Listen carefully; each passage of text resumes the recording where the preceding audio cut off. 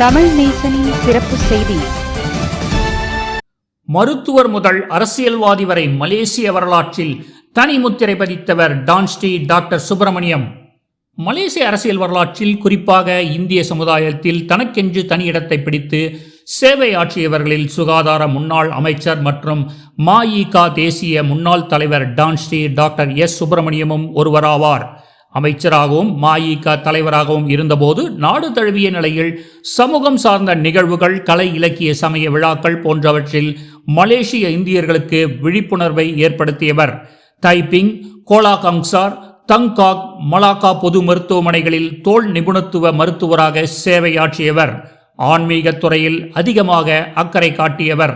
அரசியல்வாதியான பின்னர் மலேசியாவில் உள்ள தமிழ் பள்ளிகளின் சீரமைப்புகள், மலேசிய இந்துக்களின் ஆலய மறுசீரமைப்பு பணிகளில் தீவிரம் காட்டியவர்.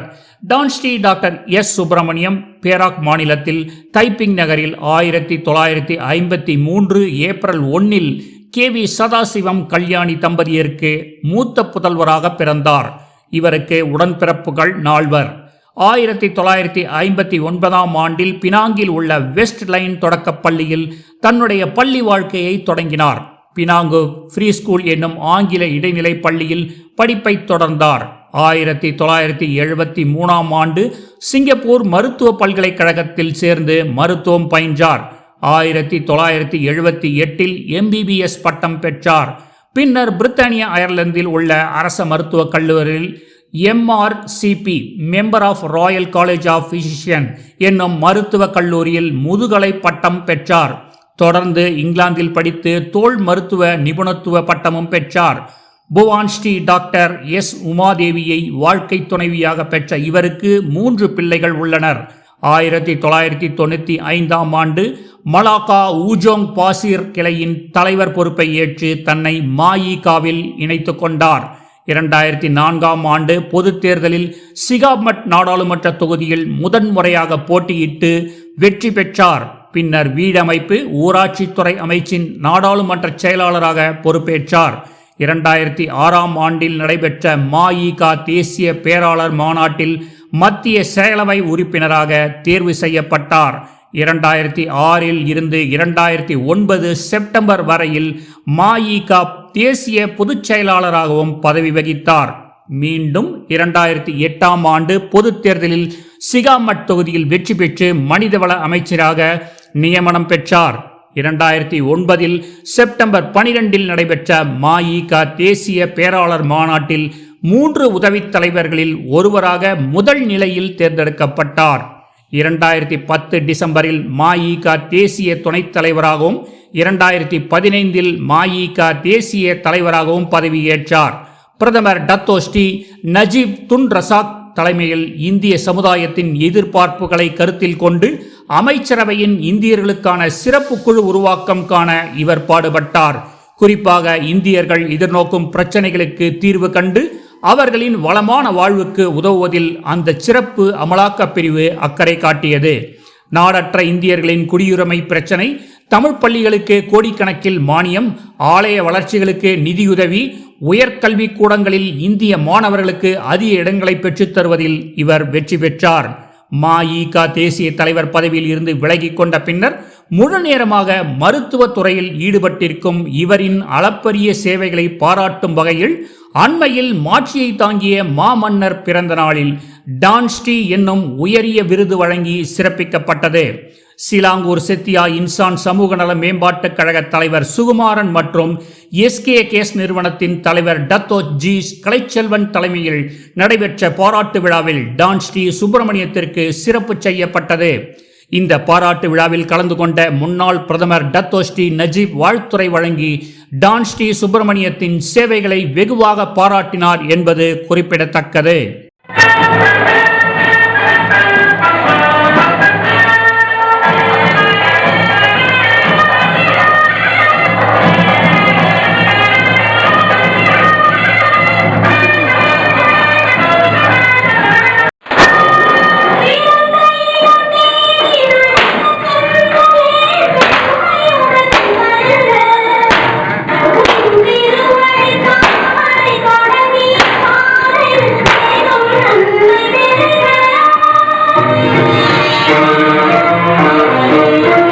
நெருக்கமான நண்பர்கள் பலர் ஒன்றாக சேர்ந்து சமீபத்திலே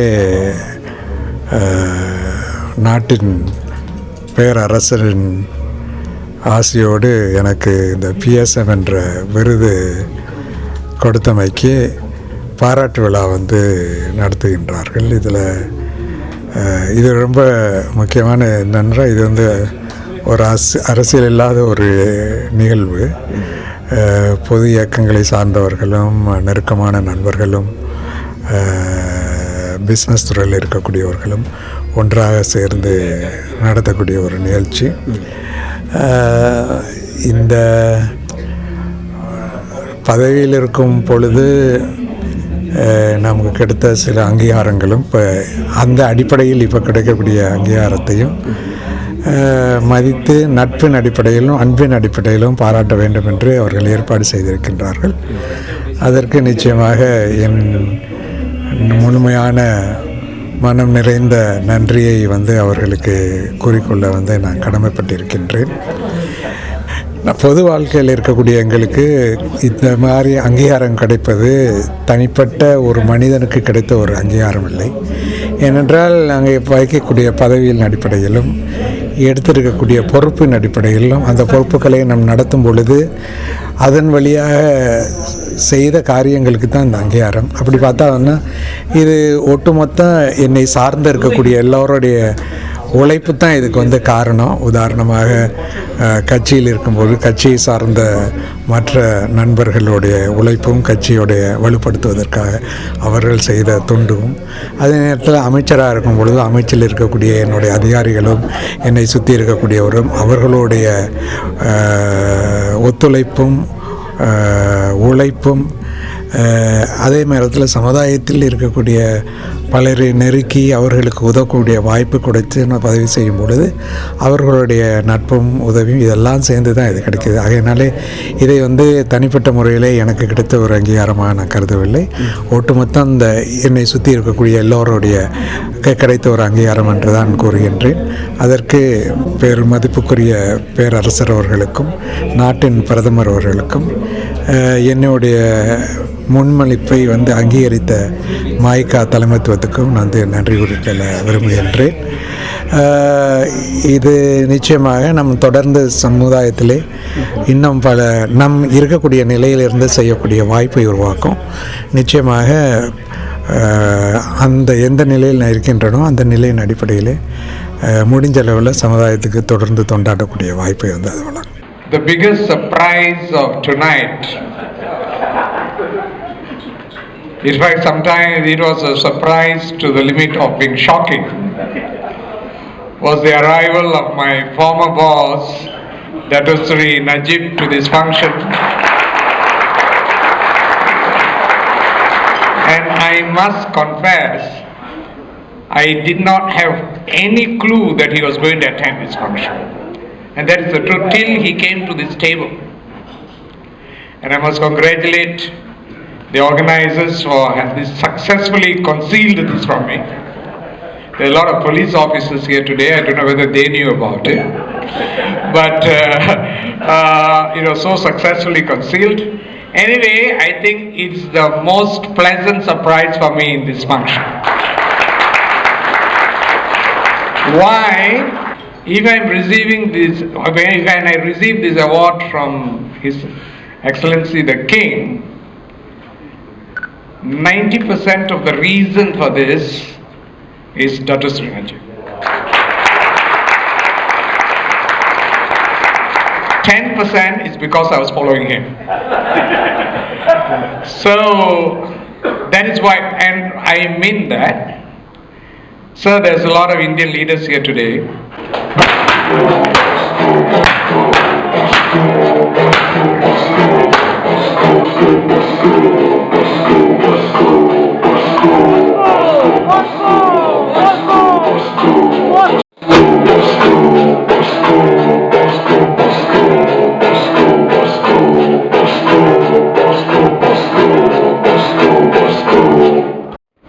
Tetamu khas yang tidak diketahui oleh sesiapa, melainkan beberapa orang yang menjadi penganjur pada majlis ini saja.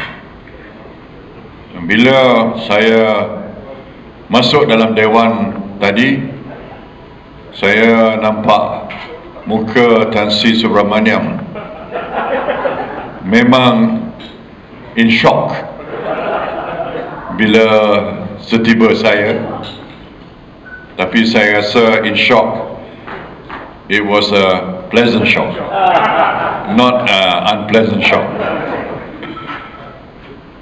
Dan malam ini kita meraihkan seorang yang telah memberi banyak sumbangan, something special for the Indian community because they are a marginalized community.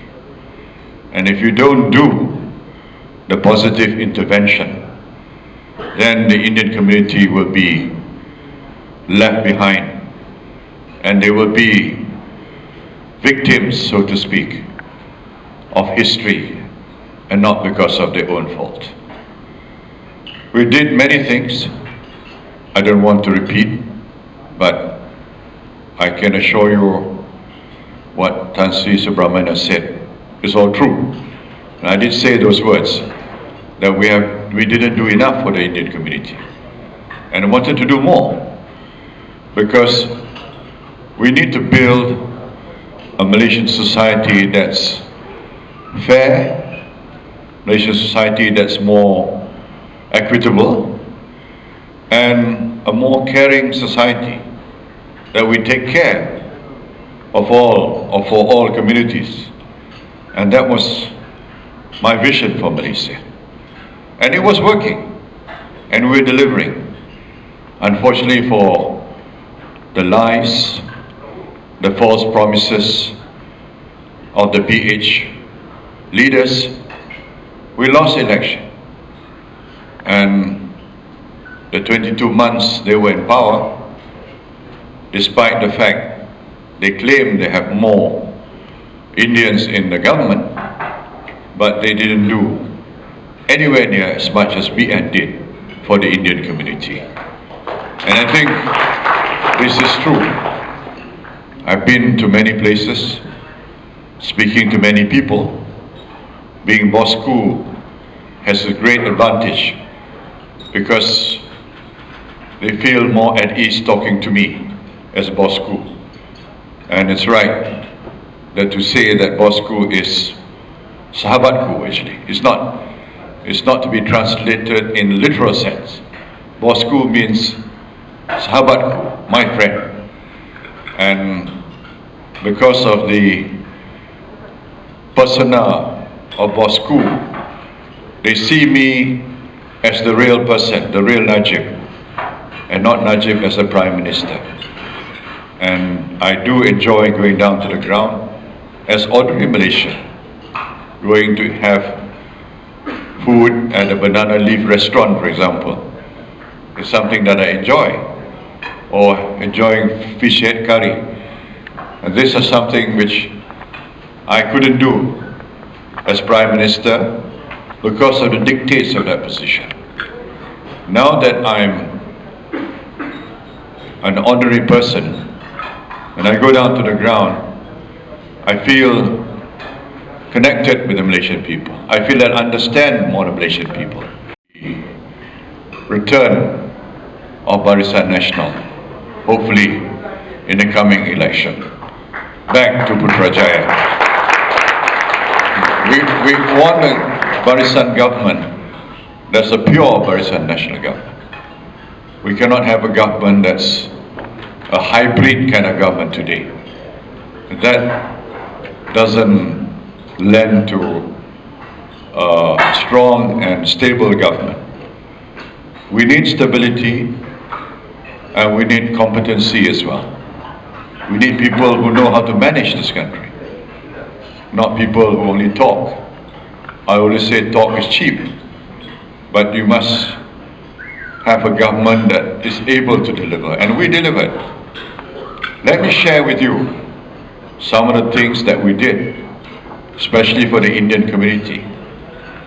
When the Prime Minister of 22 years changed the policy for the intake to our public universities, to be on a meritocracy basis.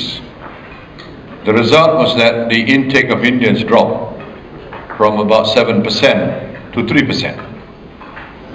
We had to find a solution, and the solution was, again, to use the words of Tan Sri Subramaniam, I broke the law. The law said that matriculation was only for Bumiputra students, but I decided that Indian students to be allowed as matriculation students. And as a result, today, or then, the number of Indian students went up to about 7%. And I'm sure there are more Indian doctors and engineers today than otherwise it would have been.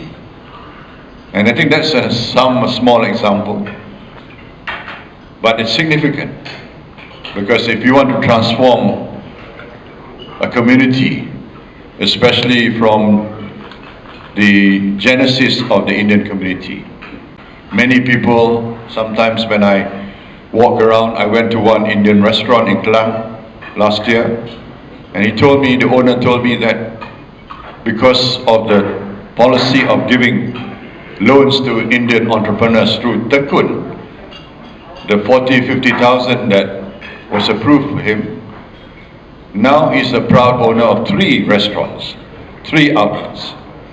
That's an example of how we change the life of his life and the lives of so many people. It goes to prove that you can do it, but unfortunately it takes time for people to appreciate what you're doing. But when you're not around, they suddenly miss you. They appreciate you much more. சிறப்பு செஞ்சு கொண்டு இருக்குது doctor Kalaiselvan Ganesan. இது எதனால இந்த நிகழ்வு அவருக்காக பிரத்யேகமாக நாங்கள் இருவரும் சேர்ந்து இணைந்து ஒரு அற்புதமான மனிதருக்கு செய்கிறோம் அப்படின்னா இது வரைக்கும் அது நம்மளோட நிகழ்ச்சிக்கு அவர் 13 முறை வந்திருக்காரு. இந்த 13 முறை அவர் வந்ததில் இதில் என்ன ஒரு சாதனை நாங்கள் படைச்சிருக்கோம் அப்படின்னா இந்த அவரோட தலைமையில் இது வரைக்கும் புது மடிக்கணினி 700 மடிக்கணினி வசதி குறைஞ்ச மாணவர்கள் இபிஎஸ்ஆர் PT3 SPM மாணவர்களுக்கு நம்ம கொடுத்துருக்கோம். இது முற்றிலும் இந்திய மாணவர்களாக கொடுத்தது. இந்திய சமுதாயம் கல்வி பெற்ற சமுதாயமாக உருவாக வேண்டும் என்ற ஒரே சிந்தனையில் தான் இந்த ஏற்பாடு பண்ணி இந்த மடிக்கணினிலாம் வழங்கப்பட்டது. ஸோ அப்படி இருக்கும்போது அதை தவிர்த்து மரியாதைக்குரிய தான்ஸ்ரீ அவர்கள் நிறைய நிகழ்வுல கலந்து கொண்டு சிறப்பு செஞ்சிருக்காரு. இந்த 700 லேப்டாப் சாதனை சாதாரண சாதனை கிடையாது. அவரோட தலைமைத்துவம் இல்லை அப்படின்னா நிச்சயமா இந்த சாதனை நாங்கள் படைச்சிருக்க முடியாது. ஸோ என்றைக்குமே அவர் நாங்கள் ஒரு ரோல் மாடலாக எடுத்து நாங்கள் இந்த நிகழ்வுலாம் செஞ்சு கொண்டிருக்கோம். ஸோ இதுக்கு எங்களால் பணமோ காசோ கொடுத்து அவருக்கு அங்கீகாரம் செய்ய முடியாது. ஸோ எங்களோட பாசம் மட்டுமே அவருக்கு ஒரு அங்கீகாரமாக இருக்குது. ஸோ அப்படி இருக்கும்போது இந்த பாசத்தை எப்படி வெளிப்படுத்துறது? பணம் கொடுத்து வெளிப்படுத்த முடியாது. ஸோ அதனால இந்த பாசத்தை இப்போ மாட்சிமிகு பேரரசர் அவருக்கு தான்ஸ்ரீ என்ற கௌரவ பட்டம், உயரிய பட்டம் கொடுத்திருக்காரு. அந்த பட்டம் கிடைச்சதுக்காக அவரை சிறப்பு செய்யும் வண்ணமாக இந்த நிகழ்வை மிக சிறப்பாக ஏற்பாடு பண்ணியிருக்கோம். இந்த வழியில தான் எங்களோட பாசத்தையும் எங்களோட நன்றி கடனையும் அவருக்கு நாங்கள் செலுத்துறதுக்கு ஒரு வாய்ப்பு ஏற்படுத்திக்கிட்டோம். இவ்வளவுதான் இந்த நிகழ்ச்சியோட ஏற்பாட்டு. இந்த நிகழ்ச்சிக்கு அவருக்கு மரியாதைக்குரிய டாக்டர் கலைச்செல்வன் அவர்கள் சிறப்பு செஞ்சு அவரை பிற்பாடு மற்ற நிகழ்வுல நம்ம ஏற்பாடு பண்ணி நம்ம தமிழ் நேசன் டிவியை லைக் பண்ணுங்க, சப்ஸ்கிரைப் பண்ணுங்க, சப்ஸ்கிரைபர் பெல் பிரஸ் பண்ணுங்க. இது ஒரு தமிழ் நேசன் டிவி தயாரிப்பு.